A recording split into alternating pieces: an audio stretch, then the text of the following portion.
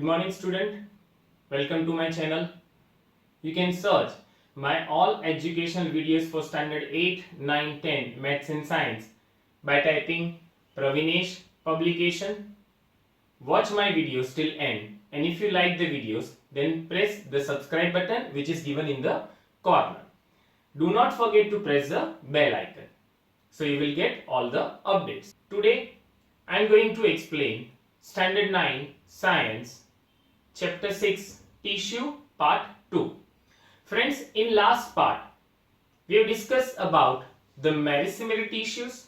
Plant, it has two type of tissue. One is a meriscemeral tissue and second one is a permanent tissue. Recall, in meriscemeral tissue, it is a dividing tissue. It increases the growth of a plant. It has three parts, that is apical meristem, lateral meristem and intercalated. Now in this part we will understand the permanent tissue, that is second type of plant tissue. Friends, permanent tissue. What is a permanent tissue? When meriscemeral tissues lose the capacity to divide, they will convert into permanent tissue. Its characteristics. First characteristics, it is formed by the meristematic tissues. Second, cells lose the ability to divide. Whatever the permanent tissue, they don't have any capacity to divide. Third, they take up a specific role. Fourth, they are permanent. So these are the four characteristics of permanent tissue. Next word is differentiation. Friends, what is the definition of differentiation? Let us understand first. Process of taking up permanent shape, size and function. Friends, in plants there are many cells. These cells take up a permanent shape, size and specific function. That process is known as differentiation. Friends, there is no differentiation in meriscemeral tissue, but there is a differentiation in permanent tissue. In permanent tissue, there are many types. We will discuss about that type later in this video. Now, its structure. Permanent tissue, they have a large central vacuole. Cell wall is thin and thick. Maybe cell wall of a permanent tissue is thin or thick. Its function, it has main four function: storage, protection, support and photosynthesis. So this is the general view of permanent tissue. Now friends, types of permanent tissue. Permanent tissue are divided into two main groups, that is simple permanent tissue, that is first, and complex permanent tissue. What is the difference between these two? Simple permanent tissue and complex permanent tissue. Simple permanent tissue, all the tissues are of same type. Again, in a simple permanent tissue, all the tissue present in this one are of same type. On the other hand, complex permanent tissue, they have a different types of tissue and they form vascular bundle. In simple permanent tissue, there are three types: parenchyma, collenchyma and sclerenchyma. In parenchyma, again we have a two type, that is chlorenchyma and arenchyma. In complex permanent tissue, we have a two type, that is xylem and phloem. So this is the flow chart of types of permanent tissue. Friends, first of all you need to remember this, so the later things will be very easy for you to remember. Now friends, simple permanent tissue. As I said, its definition, cells are structurally and functionally similar. That means only one type of cells are present in simple permanent tissue. Now, in simple permanent tissue, we understood that there are three main types: parenchyma, collenchyma and sclerenchyma. In that first is parenchyma. Its characteristics: thin cell wall, round, polygonal or oblong in shape. Intracellular space are present. Its occurrence, where they found? They found in stem, roots, leaves, flowers and in fruits. Its functions, they act as a food storage. Sometimes in some parenchyma it contains chlorophyll and do the function of photosynthesis, and that kind of parenchyma is known as chlorenchyma. In aquatic plants, Friends, we know that aquatic plants, some aquatic plants, they float on the water. For example, lotus. In aquatic plants, large air cavity are present in parenchyma to give buoyancy to plants to help them float. Such parenchyma is called erenchyma. Here friends, word is buoyancy. What is the meaning of buoyancy? Its definition: the upward force applied by the water molecule is known as buoyancy. In detail, you will understand this word in chapter number 10, that is in physics chapter. So here we have understood parenchyma, its characteristics, its occurrence and function. Again, in parenchyma there are two types. One is chlorenchyma. The parenchyma, they have a chlorophyll and do the function of photosynthesis, so they are known as chlorenchyma. In aquatic plants, parenchyma provides buoyancy to float the plants, and that is known as erenchyma. Next is collenchyma, that is another type of simple permanent tissue. Its characteristics: they are all living cell, elongated, irregularly thickened at the corner. They have a very little intracellular space. Its occurrence in leaf stalks below epidermis and stem of dicots. Now friends, what is the meaning of epidermis? Epidermis is the outer protective layer of a plant. Same as we have a skin. So plants, they have a epidermis, that is outer protective layer.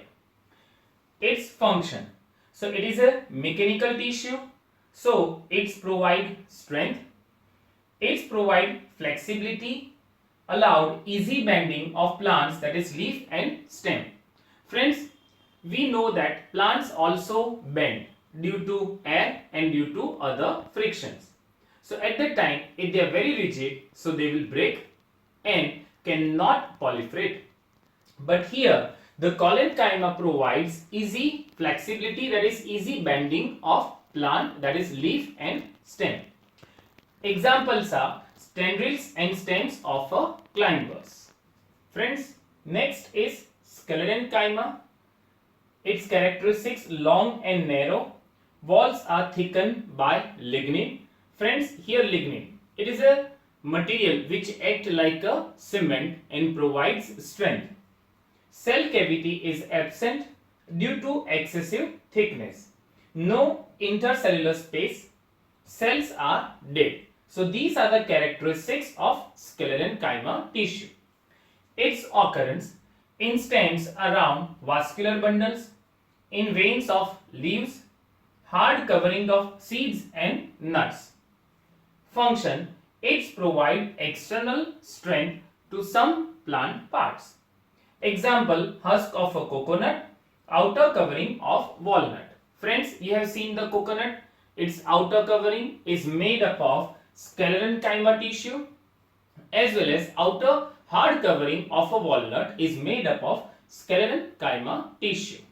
So here friends, we discuss about three main type of tissue of plant, that is simple permanent tissue. The first one is the parenchyma, second one is the collenchyma, and the third one is the sclerenchyma. You can see the diagram of each on your screen.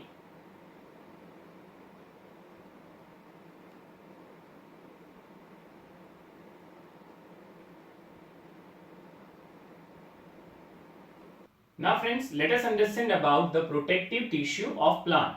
There are two protective tissue. One is the epidermis and second one is the cork. First, let us understand about the epidermis. Its characteristics: made up of single layer of cells. Cells are elongated and flat. No intercellular space. Friends, it is a protective tissue, so it does not have any intracellular space. Occurrence: outermost layer, for example leaves, flower, stem and roots. Its functions: protects all parts of the plants. Plants of dry habitat have a thicker epidermis, prevent water loss. Friends, in desert plant there is less water availability, so plants needs to stop this water loss. So here epidermis functions to stop the water loss. In desert plants, epidermal cells on the aerial parts of plant often secrete a waxy resistance layer called cuticle on their outer surface. What are the functions of this cuticle? It prevents the water loss, prevent from injury, prevent from fungi infection. Further, epidermal cells of the roots forms hair-like structure. Long hair-like parts increases absorption surface area of roots. In leaves, epidermal cells form stomata. Now friends, we know that epidermal cells are the continuous sheath of outer covering of plants. But there are some holes into it for some functions. Which functions that we discuss later on. Here, these holes are known as stomata. When you touch any leaf, the lower surface is very rough and the upper surface is very smooth. Why the lower surface is rough? That is due to the presence of this stomatal pore, that is a small hole. Here, functions of stomata. First function is exchange of gases like O2 and CO2, and second is the transpiration. Friends, whatever gases captured by the plant, that is carbon dioxide, it captures and gives out oxygen at daytime, and at night it takes up oxygen and gives out carbon dioxide, that is with the help of this stomata. They are surrounded by a guard cells. These guard cells are kidney shapes, and these guard cells regulates opening and closing of the stomatal pore. When water enters into guard cells, stomata opens, and water leaves from guard cells, stomata closes. Friends, you can see the diagram of open stomata and closed stomata on your screen. So now friends, next one is cork. Friends, cork is a dead cells. They make the outer covering of stem, and its function is protection, that is with the help of this chemical called suberin. Friends, you have seen the young stem. They are very smooth, they are flexible, but when the ages of plant increases, at that time the stem, outer stem, that is the layer of outer stem, color changes, that is from green to brown. Why it becomes brown? Because due to formation of a cork cell, which are dead cells. Why they are brown in color and dead cells? That is the substance present, suberin. Here, suberin, what are the functions of suberin? It prevents the water loss, as well as it protects the stem from the different infections and from different injury. So friends, here we have discussed till page number 72 of this chapter. Now you need to further read the pages of this chapter, and if you have any doubt, then you can ask me on my WhatsApp number. My WhatsApp number is written here, that is 9016487991. If you have any query, then you can ask me. I'll be very happy to solve your queries. Thank you.